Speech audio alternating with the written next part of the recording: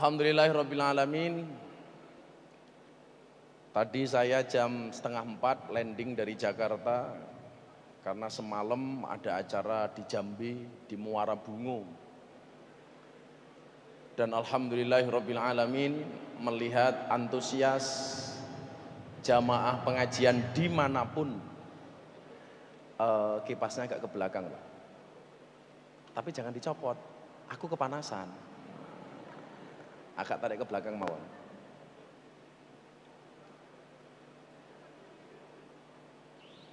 Bener kamu Mas, kipasnya dikasih mbak-mbak saja biar aku yang kepanasan. Melihat antusias jamaah yang ada di Indonesia, dimanapun berada. Kebetulan ini saya keliling banyak tempat yang ada di Indonesia. Rasa mak suguh aku poso, arep operasi besok pagi. Ojo hiasan tok ora pantes kayak wong liya wae. Sudah kok kamu gendut ngeyel.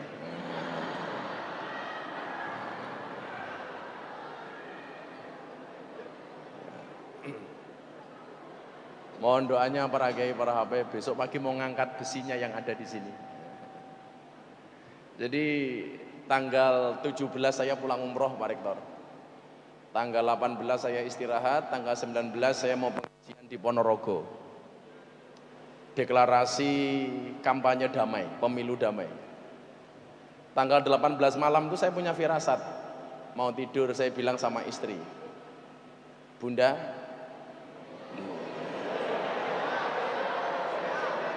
ada yang salah. Masnya yang di belakang bilang, makso banget.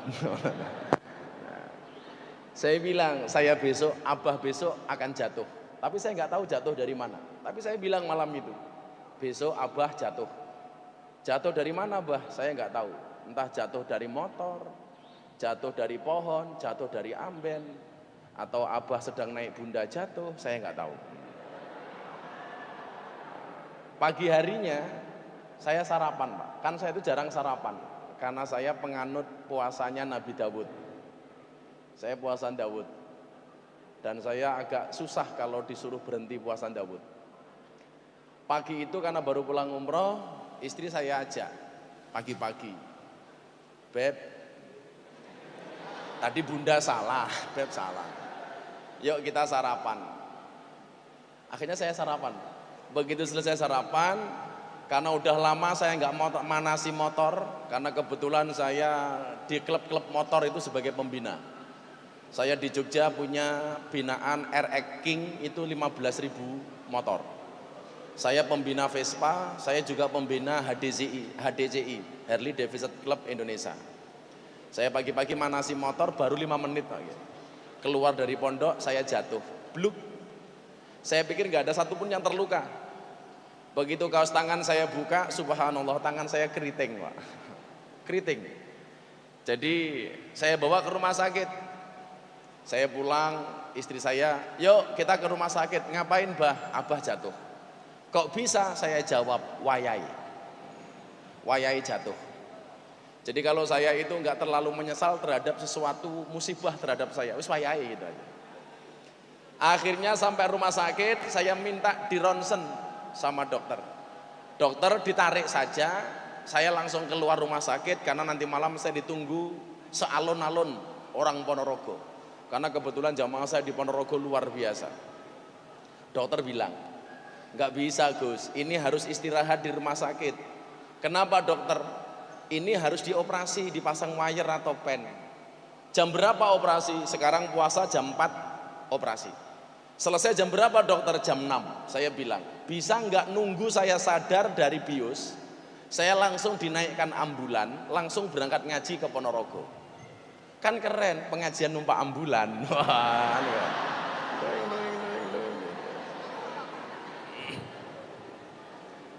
Dokternya bilang, nggak bisa Gus, tetap harus istirahat. Saya bilang, tolong, saya harus berangkat ke Ponorogo malam ini untuk pengajian.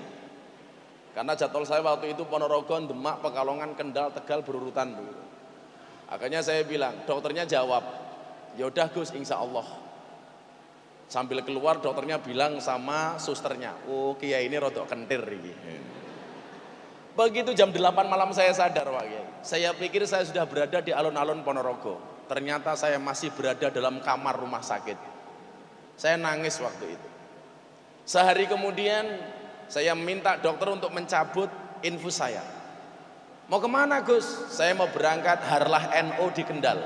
Saya ditunggu 5.000 jamaah di Kendal. Kalau dokter nggak mau nyabut akan saya cabut sendiri. Akhirnya dokternya ngalah Pak. Dicabut, saya berangkat ke Kendal. Jamaah sudah dikasih tahu tangannya Gus Miftah habis operasi tolong jangan salaman. Ini ada janda yang ngeyel Pak. Masya Allah. Jadi di mana-mana penggemar janda saya itu banyak. Terutama janda yang versi Rojali. Apa itu Rojali? Rombongan janda liar. Kesundul lagi, duk gitu. Akhirnya darahnya keluar semua.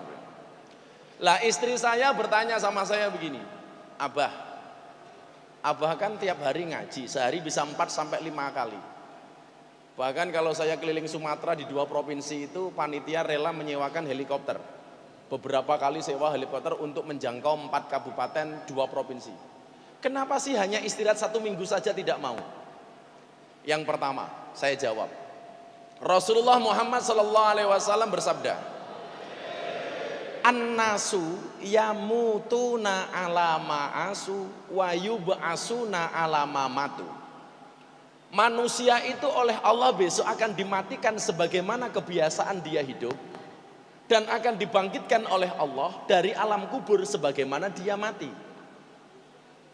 Kalau ngaji ini menjadi kebiasaan saya berharap sama Allah, ketika Allah berkenan mengutus Israel kepada saya dalam keadaan pengajian, kan keren. Saya ngaji di Unisula, tahu-tahu mati diumumkan di masjid, Inna lillahi wa inna ilaihi roji'un. Telah meninggal dunia dengan tenang tukang syuting umpamanya, kan keren.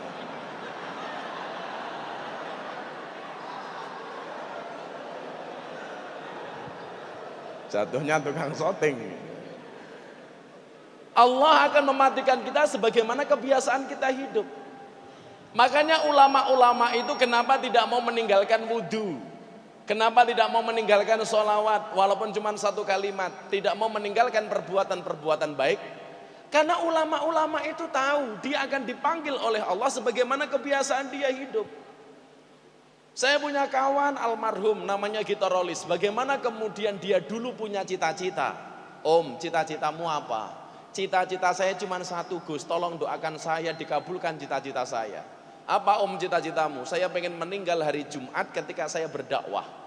Dan ternyata Allah kabulkan memanggil almarhum Gitorolis itu dalam keadaan berdakwah.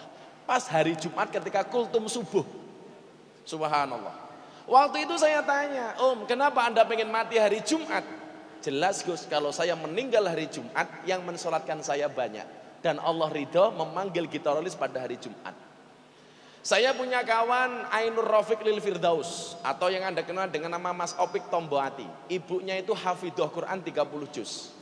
Bahkan ibunya Mas Opik itu menulis Al-Quran 6.666 ayat menggunakan tangannya sendiri. Satu ketika bertanya, apakah kalau saya biasa tartil Quran, mati saya ketika mengumandangkan tartil Quran? Saya jawab, iya. Dan subhanallah, beliau meninggal ketika tartil Quran. Ibunya Mas Opik. Saya punya kawan di Lamongan namanya siapa? Kiai Imam Sairozi, yang bisa Anda lihat di YouTube pengajian beliau. Beliau meninggal ketika akan berangkat pengajian ke sebuah tempat. Subhanallah. Makanya kamu begitu nak. Kamu rajin bersolawat dengan al-muqarrabin, dengan para kiai. Darbuka, pemegang darbuka. Bisa jadi kamu mati pas solawatan. Darbukanya mencelat ning dasmu kan ra ngerti. Bluk gitu kan, kita nggak tahu. Maka apakah semangat seperti ini kemudian akan saya sia-siakan? Di lain tempat Rasulullah mengatakan malaikat Israel 1 hari 1 malam berapa kali mengunjungi kita? 70 kali. Kalau sehari semalam itu 24 jam, sementara Israel datang kepada kita 70 kali, berarti berapa kali 1 jam Israel mendatangi kita? Minimal 2 kali. Makanya kenapa saya belusuan ke kafe, belusuan ke lokalisasi. Saya berharap kemudian menghantarkan mereka ketika Israel datang kepada mereka dalam keadaan pengajian. Kan keren. Bukan sebaliknya kelihatannya pejabat malah mati ning hotel kelonan karo lonte. Lah